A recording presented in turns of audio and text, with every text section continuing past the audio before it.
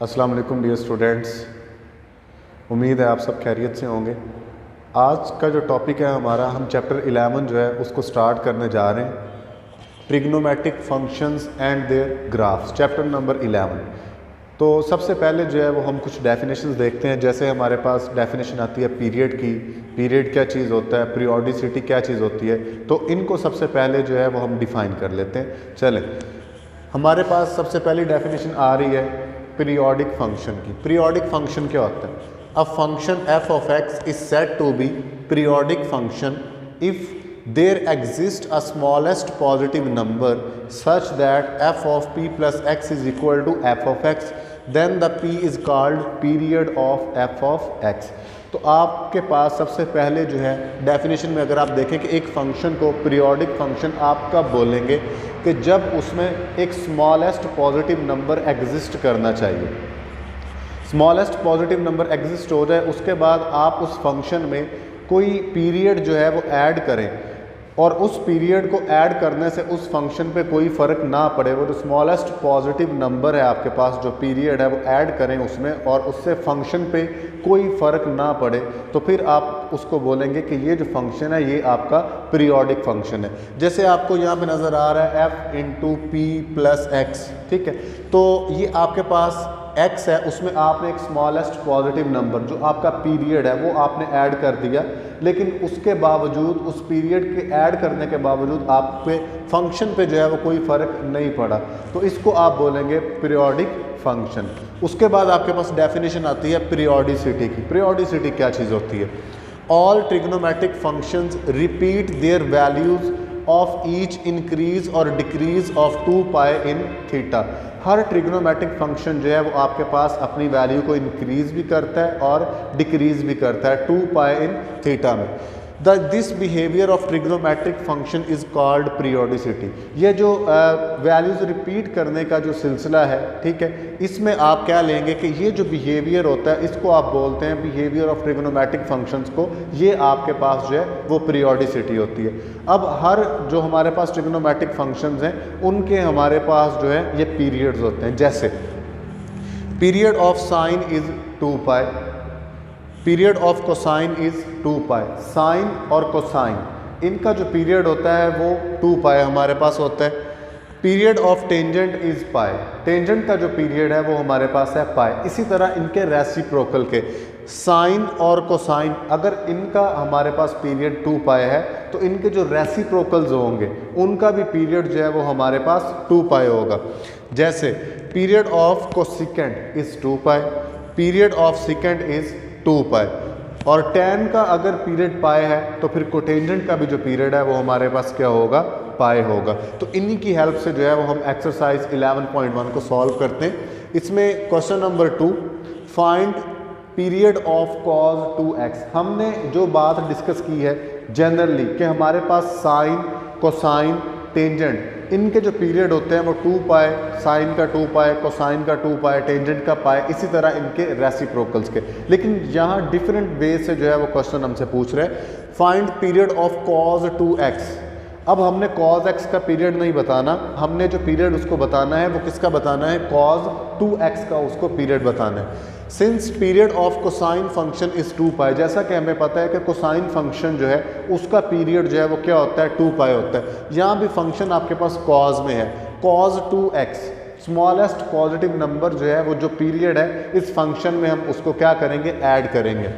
cos into 2x plus 2 पाई, ये जो 2 पाई हमने ऐड किया, ये वो पीरियड ऐड किया जो cos फंक्शन का हमारे पास पीरियड होता है, स्मॉलेस्ट पॉजिटिव नंबर। तो ये हमारे पास 2 पाई है। अब हमने जो पीरियड बताना है, हमारा जो मेन टास्क है इसमें कि हम पीरियड जो है वो कैसे फाइंड करेंगे। तो सबसे पहली चीज़ आपने उस पीरियड को ऐड कर लेना है। ऐड करने के बाद ये जो आपके पास वेरिएबल नज़र आ रहा है x का, इसका जो कोएफिशिएंट होता है उसको आपने 1 बनाना होता है। तो इसका कोएफिशिएंट 1 बनाने के लिए आपको क्या करना पड़ेगा? इन दोनों में से 2 को कॉमन लेना पड़ेगा। तो 2 को आप कॉमन लेंगे तो ये आपके पास बन जाएगा x प्लस पाई।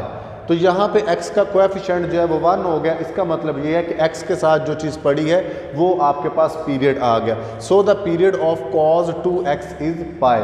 तो ये आपके पास cos 2x का पीरियड आ गया। उसके बाद क्वेश्चन नंबर 3 को अगर हम देखें, find the period of tan 4x। अब हमने tan x का पीरियड नहीं बताना, tan x का पीरियड हमें पता है कि tan x का पीरियड जो है वो पाई होता है। यहाँ पे पीरियड हमारे पास किसका है, tan 4x का।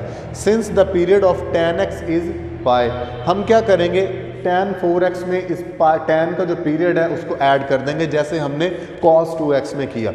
tan 4x is equal to tan into 4x plus pi, ये हमने उसका पीरियड ऐड कर दिया। अब बात वही है कि हमारा जो मेन टास्क ये है कि हमने x का जो कोएफिशिएंट है इसको 1 बनाना होता है, लेकिन इसके साथ यहाँ पे आपको 4 नज़र आ रहा है। तो इसको 1 बनाने के लिए या तो आप क्या करेंगे, एंगल में 1/4 से डिवाइड करेंगे, या आप इस 4 को कॉमन ले लें। लेकिन यहाँ पे 4 नहीं है, तो अगर यहाँ पे 4 नहीं है, ये 4 x के साथ मल्टीप्लाई हो रहा है, इसके ओवर में चला जाएगा, ये आपके पास हो जाएगा x प्लस पाई बाय 4। तो ये आपके पास जो है वो tan 4x का पीरियड आ गया pi by 4। So the period of tan 4x is pi by 4। इसी तरह क्वेश्चन नंबर 5 है, find the period of sine x by 3।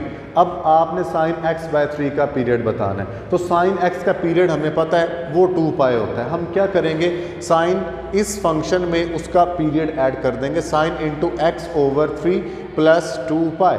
अब हमारा टारगेट क्या है कि ये जो x है इसका वेरिएबल, इसका कोएफिशिएंट हमने क्या बनाना है, 1 बनाना है। तो 1 बनाने के लिए हमें 3 से एंगल में मल्टीप्लाई करना पड़ेगा, या आप 1/3 को कॉमन ले लें।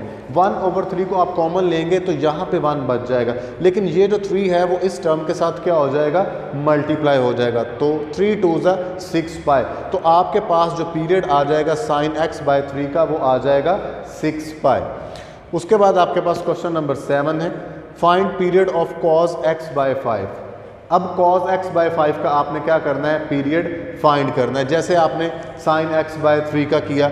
अब इसमें देखें आपके पास since the period of cosine, sorry sine है यहाँ पे, तो साइन का पीरियड भी आपके पास क्या होता है, 2 पाई होता है। तो आप इसी फंक्शन में क्या कर दें, उसका पीरियड ऐड कर दें, cos into x by 5 plus 2 pi.